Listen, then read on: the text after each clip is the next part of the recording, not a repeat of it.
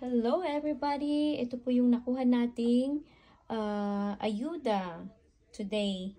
Saturday, ayan po, meron tayong sweet corn, meron tayong sliced peaches, meron tayong black eyed peas, may black beans and green beans. We have some fruit cocktail, tapos milk, tapos meron ding lentils, white rice, brown rice. We got some cereal, we got 2 bags of cheese, and we have a lot of bread. This one, different kinds of bread. And we have this frozen turkey breast. And we have some, ito rin, kamote, tsaka may pipino, merong cereal. So, yan po ang ginagawa ko pag weekend. Nangunguha po ako ng ayuda sa food bank, sa mga church. And ang expiration po ng mga yan is matagal pa. So, wala namang problema sa mga yan. Yan po ang nakuha natin today. Ito, I wanna try this one. Caramelized onion bitchin sauce. Bitchin and saucy. Ayan po siya. So, tatry natin yan. Bibili tayo ng chips. So, yan po guys, ang ating nakuha. Ayan.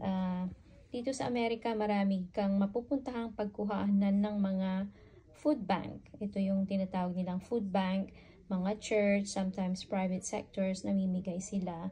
So, yan ang pinamimigay. Pumila ka lang. They just need to ask your name and your county kung saan ka nakatira. Hindi mo na kailangan ilagay ang iyong address, pero para lang meron silang accounting kung ilan na yung taong nabigyan nila. So, yan po ang ating nakuha every Saturday. Sa bagay, ano naman dito, ang ano po guys, pagkuha ng ayuda is Monday to Sunday. Basta may oras ka, pwede kang pumila. Yan po. Pero sa akin, ang pagkuha ko lang is maybe weekends lang, Saturday and Sunday, or sometimes Saturday lang. Pero marami na kasi, sobrang dami silang pinamimigay. Ayan po ang kanilang mga pinamimigay guys. Ayan, so ang daming bread.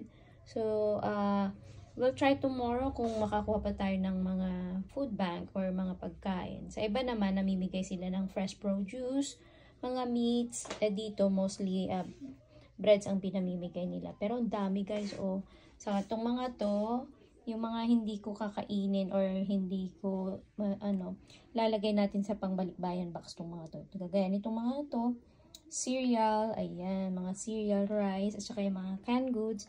Kahit yung milk, ang expiration ng milk is sa November 2025 pa. So, pwede kong ilagay yan for balikbayan box. Diba? Pang balikbayan box na yan, guys.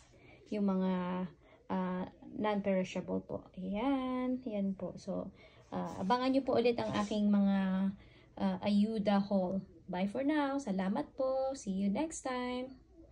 Please mag-subscribe po kayo sa ating para madami pa tayong mainganyo or mapakita ko sa inyo kung ano ang ating mga nakukuha na free dito sa Amerika. Yan po ang ating mga nakukuha.